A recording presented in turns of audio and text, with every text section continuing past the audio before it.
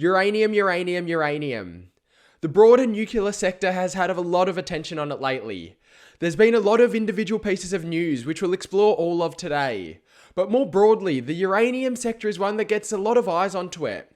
Many investors believe we're on the verge of what may be a truly magnificent bull run, mirroring the one in the 2000s. Well, on the other side of the coin, there's uncertainties and natural doubts from some surrounding nuclear power.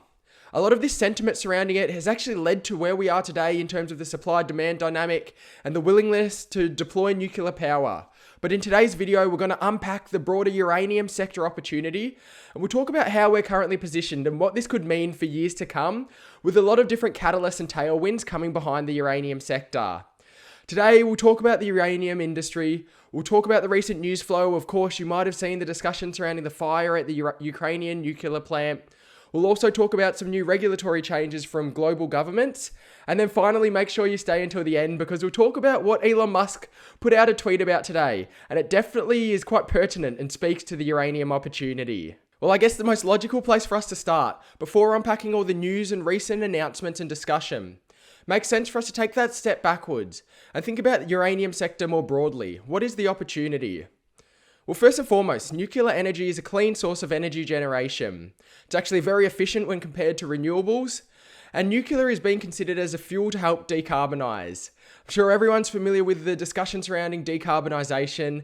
We know that we need to bring down our global carbon emissions. And as we think about the phase out of fossil fuels, which we're currently seeing as we move towards net zero in 2050, there's going to have to be alternative sources. And nuclear energy actually serves as baseload energy that's reliable, and it is low emissions as well. To give you an idea about the scale, nuclear actually accounts for around 10% of global electricity generation. It's up to around 20% of the US electricity generation. And so with this global push towards clean energy and decarbonisation, this is why uranium and nuclear is getting pushed more and more to the forefront of discussions. And so with that understanding, it makes sense for us also to have a bit of a think about how we're currently positioned on the broader macroeconomic landscape. Of course, we know about everything that's playing out around the world. There's supply chain bottlenecks. There's the geopolitical tensions and uncertainties surrounding Europe. And all of these are feeding in along with the reduced mobility and border closures, which are still lingering around. It's feeding into a significant commodity cycle that we're starting to see ramp up, with calls from analysts and forecasters about a potential commodity super cycle that we may be entering. I'm sure you've all seen at the Bowser the increased price of gasoline and petrol, but there's been significant uplifts not only in oil, not only in wheat, not only in commodities, but the broader commodities across the board as well. And we can see here in the Goldman Sachs Commodities Index that we've broke out to new levels and commodities continue pushing higher and higher. And so all of that brings us to the question of how is uranium currently positioned? As we are all familiar with, there is still negative sentiment surrounding nuclear after a range of really significant accidents. Of course, Chernobyl is one that comes to mind, but more recently, Fukushima in 2011 really started the downwards trend that saw a protracted uranium bear market that we're just starting to recover from. However, on the other side of the coin, global electricity demand is increasing rapidly, and this decarbonisation focus, as we mentioned, means that we need to find alternative fuel sources. As you can see here on the right, coal and gas, these are sources that we want to start to transition away from.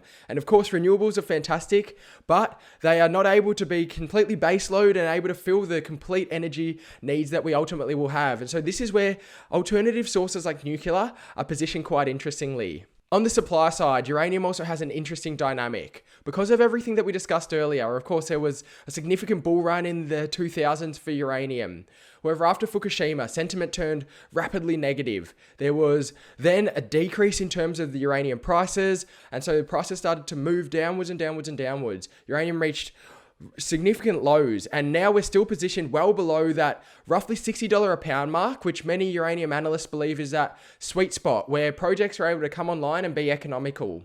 As a result of that, because we've been below this key level for so long and uranium prices have been low for so long, there has been a chronic underinvestment. Supply is starting to tighten up. Of course, there's been a range of other factors on the other side of the coin, including Sprott entering with their SPUT fund and starting to buy up uranium too.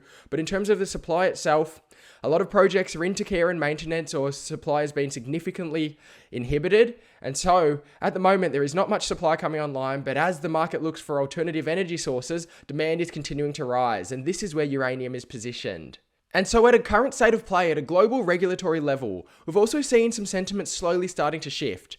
Germany, along with Japan, after Fukushima, really discussed the winding down and the phasing out of their nuclear power plants. They've been very focused on this, and they stated that this was initially final. However, after everything that's happened in Ukraine and the over-reliance that we've seen on oil and gas from Russia, and a bigger focus as well on localizing and building out supply chain resilience, Germany is now reconsidering its decision to shut down its final 3 nuclear plants so that it may be potentially less reliant on natural gas.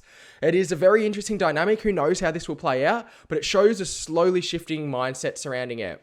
Along with this as well, China is got a significant investment into nuclear, over $400 billion. They're planning on building at least 150 new reactors over the next 15 years. And for context, this is more than the rest of the world has built since around the 1980s. So this is a major investment. And then on the US side as well, there's been some investigations with the infrastructure bill. There was some discussions about the importance of nuclear power. Of course, it will depend how that actually plays out. But more than anything, it's showing that those who are in power, those who are leading, those who are looking towards the future of electricity and power generation are considering nuclear. I'd love to know your thoughts on it all too, so drop in a comment below what you think about the uranium sector, what you think about everything that's played out recently, and where do you think things head from here moving forward for the market. And so you might be wondering, with the tailwinds seemingly converging on the uranium sector, the potential for a longer term bull market opening up, why was many of the uranium stocks down by 10, 20, 30% on Friday? Well, this all centers around the attack from Russia on the Ukrainian power plant. It's actually Europe's largest nuclear power station, and a fire was started there as a result of that. There was a lot of fear and uncertainty and a lot of doubt about what this means. Of course, as more information and light has come to market, the fire was put out, radiation levels remained consistent, and the safety of reactors were not affected, but there was a significant sell first and then ask questions later. And this really led to the major drop that we did see on markets on Friday. However, in this session on Monday, we've seen many of these companies retrace a lot of these losses. And that then brings us to the mercurial Elon Musk. What did Elon say? So Elon Musk actually today stated that it is now extremely obvious that Europe should restart dormant nuclear power stations and increase the output of currently existing ones. And not only did he say that was important, but it is critical to national and international security. Elon Musk also stated that nuclear is vastly better for global warming than burning hydrocarbons for energy. And this is also notable because just over the past week, Elon Musk has stated how important it is to up oil and gas output. And so this is really building on top of that discussion, and he's stating how important. This is actually the first, as far as I'm aware, the first external backing that Elon Musk has provided for nuclear, but we all know how influential Elon Musk can be. So a lot of investors sat up and took notice of this. And so then you might be wondering, what happens next? First and foremost, if you did enjoy the video, don't forget to hit the like button. Feel free to share it out as well. We make daily videos every day, so make sure you've subscribed and turn your bell notifications on as well, and welcome to the channel. So I guess we're a few interesting catalysts in the medium to longer term. We see that SPUT may be having a New York listing potentially this year. That is the idea. And if they can have a New York Stock Exchange listing, it has the potential to be additional fuel on the fire, as they really started to ramp that up in the middle of last year. Many will remember as SPUT started buying, we started to see significant price signals and attention coming onto the uranium sector. So it'll be interesting to see if that follows up again. The utilities contracting cycle is also worth noting too. We know that there was a significant oversupply of contracts brought up. These are longer term contracts. However, as we move into the back end of this contracting cycle, these are going to have to be refreshed. And this is going to be very interesting to see the dynamics that this has and the implications this has for the uranium price too. We know the world's looking for alternative energy sources, and I do think it is worth noting as well that this is a sector that potentially could be prone to sentiment-driven moves one way or another. It doesn't invalidate any of the longer-term theses either way, but it is worth noting that. I think a lot of people look at the uranium sector and think it's going to be immediate. It's going to be just a sure thing or just around the corner. But these things take time. Who knows how it's going to play out? The market is a balance of probabilities. But investors are starting to pay attention because it looks like the tailwinds are beginning to converge. And as we move towards a decarbonised society, it's going to be very interesting to see the role that nuclear and uranium has to play as a part of that. Thank you so much for joining us. We've looked into a range of different companies and sectors on the channel recently, so we'll leave links to those up above.